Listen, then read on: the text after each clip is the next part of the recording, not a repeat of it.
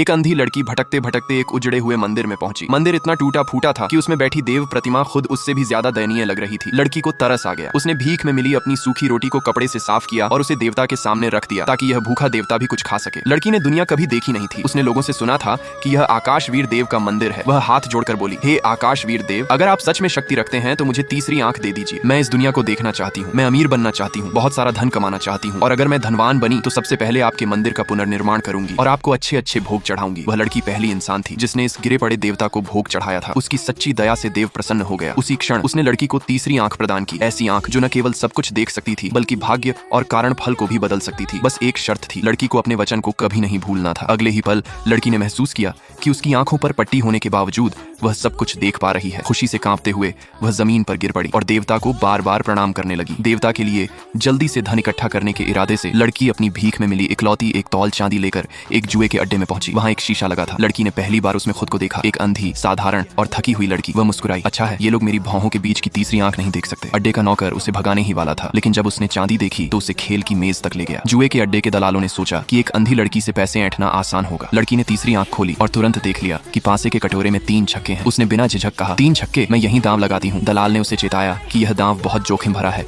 लेकिन लड़की अड़ी रही। सबको चकमा देने के लिए दलालों ने चुपके से पासे बदल दिए और सोचा, अंधी को क्या ही पता चलेगा। लड़की मन ही मन हंसी, ये लोग मेरी आंखों के सामने चाल चल रहे हैं, सच में मुझे अंधा समझ लिया है। उसने कुछ नहीं कहा। जब सब लोग दलाल के साथ दूसरे दांव पर चले गए, लड़की ने अपनी तीसरी आंख से कारण फल को पलट दिया। कटोरा खुला, फिर से 3 छक्के। दलाल सन्न रह गया। वह लड़की पर धोखा देने का आरोप भी नहीं लगा सकता था, क्योंकि न उसने पासे छुए थे न वह देख सकती थी। मजबूरन सबको पैसे देने पड़े। लड़की जाना चाहती थी, लेकिन जुआरी नहीं माने। फिर खेल पर खेल हुआ। कभी उसने शून्य दांव लगाया और पासे ऐसे घूमे कि कोई अंक ही नहीं बना। कभी उसने मछली का निशान चुना और खून के निशान वाले पासे पानी के बहाव बदलते ही मछली बन गए। पूरा जुआ घर हक्का बक्का रह गया। आखिर गुस्से में दलाल ने चाकू निकाल लिया और लड़की पर धोखाधड़ी का आरोप लगाया, लेकिन कोई सबूत नहीं था। तभी जुए की असली मालकिन, जिसे लोग काली रानी कहते थे, सामने आई और उसने दलाल को रोक दिया। काली रानी ने लड़की को ध्यान से देखा और बोली, तुम मुझे जानती हो? लड़की मुस्कुराई, आपका नाम मशहूर है। मेरी आंखें भले न हो पर मेरे कान बेकार नहीं है। काली रानी की नजर लड़की की आंखों पर टिक गई। क्या मैं तुम्हारी आंखें देख सकती हूँ? लड़की शांत रही, क्योंकि वह जानती थी अगर तीसरी आंख खुल गई तो इस जुए के अड्डे की किस्मत हमेशा के लिए बदल जाएगी।